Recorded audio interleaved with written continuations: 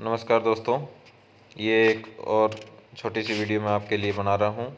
दोस्तों, चैनल को सब्सक्राइब नहीं किया तो देश के रक्षक नाम के चैनल को सब्सक्राइब कीजिए और शेयर कीजिए, लाइक कीजिए, ताकि जो वीडियो जो है आपको टाइमली पहुँच सके। दोस्तों, जैसा कि आप देख रहे हो कि पुरानी पेंशन का मुद्दा अभी पैरामिलिट्री में या CAPF हम बोलें या armed forces of union of India बोलें, तो दोस्तों इसमें बहुत ही ज्वलंतशील ये मुद्दा अभी चल रहा है पिछले वीक से, और दिल्ली हाई कोर्ट ने इस पे अपना फैसला दे दिया है। लेकिन दोस्तों, एक छोटी सी, जैसे कि आप थंबलाइन और टाइटल में देखे होंगे कि ये योगी जी का एक लेटर जो है वो वायरल हुआ है, आदित्यनाथ योगी जी, जिससे हम सब जानते हैं कि वो उत्तर प्रदेश के मुख्यमंत्री हैं वर्तमान समय में, और उन्होंने प्रधानमंत्री जी को एक लेटर लिखा था जो कि अभी वायरल हुआ है। दोस्तों चलिए देखते हैं, इससे हमें पता चलेगा कि आगे आने वाले टाइम में अगर गवर्नमेंट सुप्रीम कोर्ट जाती है तो गवर्नमेंट का रुख क्या रह सकता है, और हमें भी ये जानना ज़रूरी है कि हमारी जो पॉलिटिकल पार्टीज़ हैं वो हमारे बारे में क्या सोचती हैं और क्या कदम उठा सकती हैं और क्या उठा रही हैं। चलिए देखते हैं। दोस्तों, ये लेटर जो आप देख रहे हो स्क्रीन पे, आप देख पा रहे होंगे, योगी आदित्यनाथ ऊपर लिखा हुआ है। ये ऑफिशियल जो एक सांसद को जो है वो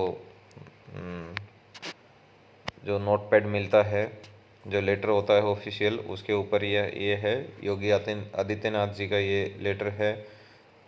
संसद सदस्य लोकसभा, जब वो लोकसभा के संसद सदस्य थे, ये गोरखपुर मंदिर, गोरखपुर, उत्तर प्रदेश, ये इस पे लेटर नंबर है दोस्तों। और आइए देखते हैं, ये बहुत ही पुराना लेटर जो है ये आप लोगों के लिए मैं लेकर आया हूँ। इस पे दिनांक भी लिखा हुआ है 21/5/2013। 21/5 जैसा कि हम जानते हैं 2013-2014 तक जो है कांग्रेस सरकार केंद्र में थी, और मनमोहन सिंह जी जो हैं उसके प्रधानमंत्री थे। 2014 में जो मोदी जी जीतकर, बीजेपी जीतकर और मोदी जी प्रधानमंत्री बने, तो 21/5/2013 को ये लेटर जब लोकसभा सदस्य के रूप में, एक संसद सदस्य के रूप में योगी आदित्यनाथ जी ने लिखा था। और इसमें सेवा में माननीय श्री मनमोहन सिंह जी, प्रधानमंत्री, भारत सरकार, नई दिल्ली।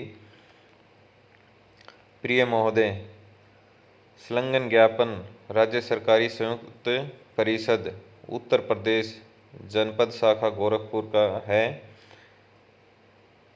इस ज्ञापन के माध्यम से मैं आपका ध्यान पेंशन निधि नियामक एवं विकास अधिनियम PFRDA 2011 के में किए गए प्रावधानों की ओर आकर्षित करना चाहता हूं, जिसके द्वारा सरकारी कर्मचारियों को उनके मूल वेतन, ग्रेड वेतन व महंगाई भत्ते के योग का 10% हिस्सा कर्मचारी के मासिक वेतन से काटकर उतनी ही धनराशि सरकार द्वारा जमा किए जाने का प्रावधान किया गया है।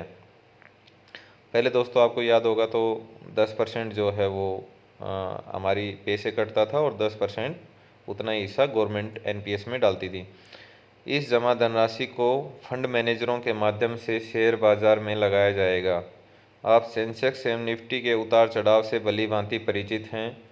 नए पेंशन व्यवस्था द्वारा कर्मचारी को सेवा काल के दौरान धन निकालने की कोई व्यवस्था नहीं है, तथा सेवानिवृत्ति पर भी उसे क्या रिटर्न मिलेगा यह बाजार पर निर्भर करेगा।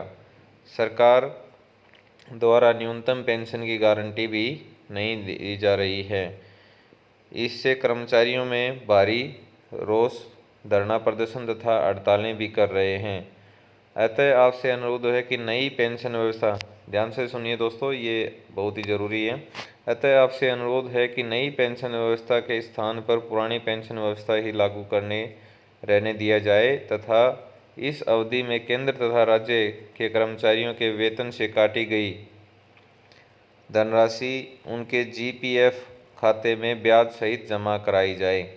दोस्तों, ये 2013 में जो है वो योगी आदित्यनाथ जी ने ये लेटर लिखा था मनमोहन सिंह जी को, और 2014 में से लेकर आज तक जो है BJP सरकार केंद्र में है, लेकिन देखिए दोस्तों, कोशिश अगर उस टाइम अगर कोई आदमी की मंशा ये थी तो कोशिश आज भी वो कर रहे होंगे, लेकिन कुछ राजनीतिक मजबूरियाँ होंगी या कुछ और परिस्थितियाँ होंगी।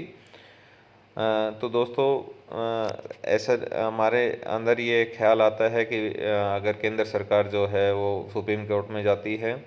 देखिए, मैं आपको बता दूं कि केंद्र सरकार को आपको पेंशन देने में कोई तकलीफ़ नहीं है। केंद्र सरकार को परेशानी है, तो परेशानी है अपने 2004 में बीजेपी सरकार द्वारा लिए गए डिसीजन से को पीठ दिखाने की, और उसी से बचने का, जहाँ तक मैं मानता हूँ और समझता हूँ, उसी से बचने के लिए ये सब कोशिशें चल रही हैं।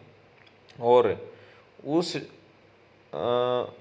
डिसीजन को पीठ ना दिखानी पड़े, और हमारा जो वर्तमान हाई कोर्ट का फैसला है वो उस डिसीजन में कहीं छेड़छाड़ नहीं करता है। उस डिसीजन के तहत ही हम संसद द्वारा या बीजेपी पार्टी की सत्ताधारी सरकार द्वारा 2004 में सत्ताधारी सरकार द्वारा बनाए गए, संसद में पास किए गए बिल के कहीं अगेंस्ट नहीं जा रहे हैं। ना उसमें कोई बदलाव हाई कोर्ट ने करने के लिए बोला है, और ना ही हाई कोर्ट संसद के बनाए हुए नियम में बदलाव के लिए बोल सकता है। हाई कोर्ट का जो फैसला है उसी नियम के तहत हमें हमारा हक दिला रहा है, तो मुझे नहीं लगता कि इसमें बीजेपी को कोई विरोध होगा।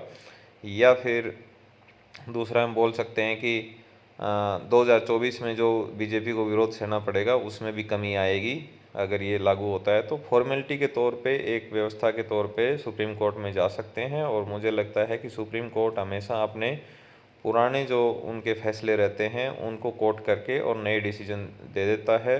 और सिमिलर टाइप के केसेस में पहले जो है सुप्रीम कोर्ट बोल चुका है कि paramilitary forces are the armed forces of union of India, they are not the civilian forces.